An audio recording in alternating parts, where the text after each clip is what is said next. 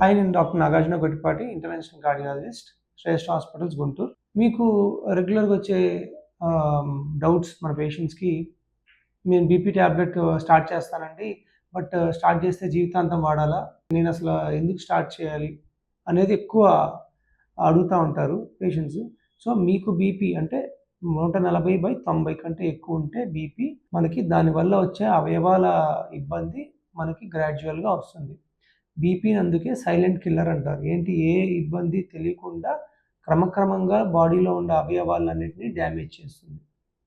కాబట్టి మనం రెగ్యులర్‌గా బీపీ చెకప్ చేసుకొని, బీపీ ఎప్పుడు మనం ప్రీ హైపర్‌టెన్షన్ అంటారు. అంటే 140/90 కంటే లోపు ఉండే వాళ్ళకి టాబ్లెట్స్ కాకుండా జీవనశైలి అంటే ఆహారపు మార్పులు, వాకింగు, నిద్ర, స్ట్రెస్ కంట్రోల్ చేసుకోవడం, ఇవన్నీ చేంజెస్‌తో తగ్గించేదానికి ప్రయత్నం చేస్తారు.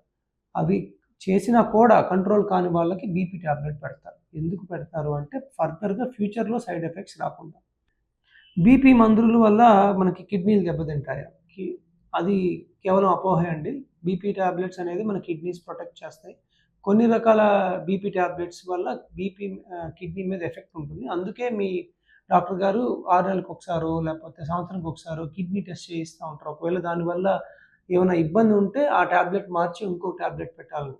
అంతేగాని అపోహ పెట్టుకొని మన మెడిసిన్ ఆపడానికి మీరు ప్రయత్నించొద్దు. రెండోది, నేను బాగానే ఉన్నాను కాబట్టి నాకు టాబ్లెట్లు అవసరం లేదు.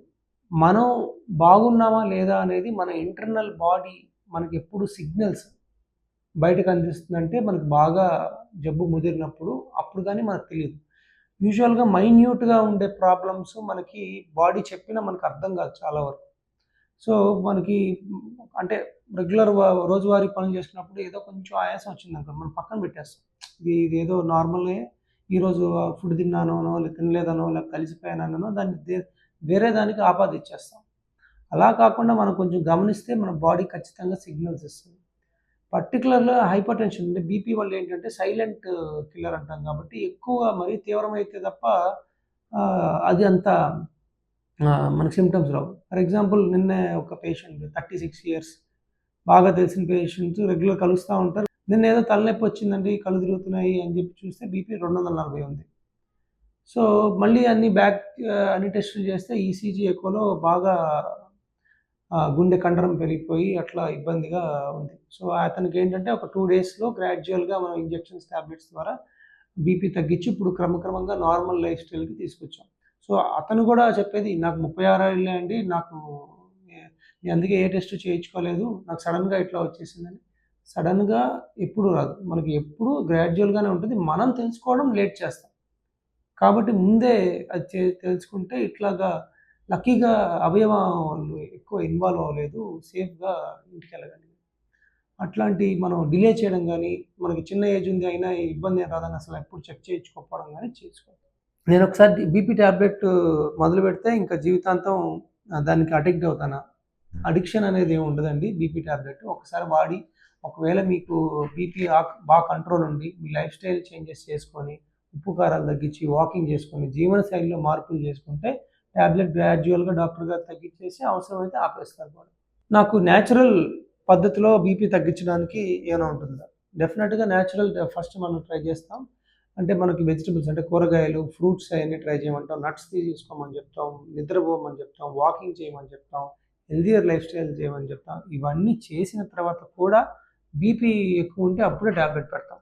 కానీ మొదటిసారి వచ్చి బీపీ ఎక్కువుంది టాబ్లెట్ ఎవరికి పెడతామంటే, ఇట్లా బార్డర్‌లో కాకుండా అంటే 130, 140 ఇట్లా కాకుండా 160, 170 కొంచెం ఎక్కువగా ఉన్న వాళ్ళకి డైరెక్ట్‌గా బీపీ టాబ్లెట్ స్టార్ట్ చేస్తాం. వీళ్ళకి టాబ్లెట్ స్టార్ట్ చేసి వాళ్ళ జీవనశైలి మార్చుకొని మెల్లగా కొంచెం కంట్రోల్‌కొచ్చి బాగున్న తర్వాత మనం కావాలంటే దాన్ని మెల్లగా తగ్గించేసుకొని టాబ్లెట్ ఆపేసుకోవచ్చు. మనకి ఇంకోటి కూడా ఇలాంటి ప్రశ్నే ఉంది. మన బీపీ టాబ్లెట్ తర్వాత ఎన్ని రోజులకి మనం చెకప్ చేయించుకోవాలి? మీ బీపీ గాని కంట్రోల్‌గా ఉండి, మీ లైఫ్ స్టైల్ బాగుంటే 6 మంత్స్‌కి ఒకసారి చెక్ చేయించుకుంటే సరిపోతుంది. మీకు అన్నీ నార్మల్‌గా మీరు పాటిస్తా అన్నీ మీరు జీవనశైలి నార్మల్‌గా ఉంటే 6 మంత్స్‌కి ఒకసారి చెక్ చేయించుకోవచ్చు. సో, ఈ జాగ్రత్తలన్నీ పాటిస్తా మనం రెగ్యులర్ బీపీ చెకప్ చేయించుకుంటా, ఒకవేళ ఇంట్లో గూడా మనం వారానికి ఒకసారి చెక్ చేసుకుంటా ర్యాండమ్‌గా. బీపీ ఏమన్నా పెరిగిందా, తగ్గిందా అని చూసుకుంటా. ఉప్పు అది తగ్గించుకొని మన జనరల్ లైఫ్ స్టైల్ గాని మార్చుకుంటే మీరు మీ స్వతహాగా బీపీని కంట్రోల్ చేసుకొని హెల్దియర్ లైఫ్ స్టైల్‌లోకి చేంజ్ అవ్వడమే కాకుండా టాబ్లెట్ డోసేజు టాబ్లెట్ రకాలు కూడా తగ్గించి కొంతమందికి ఆపేసే పరిస్థితికి కూడా మనం తీసుకురావచ్చు. ఈ జాగ్రత్తలన్నీ మీరు పాటించి హెల్దియర్ లైఫ్ స్టైల్‌లోకొచ్చి మీరు హెల్తీగా long quality of life maintain చేస్తారని కోరుకుంటూ నమస్తే.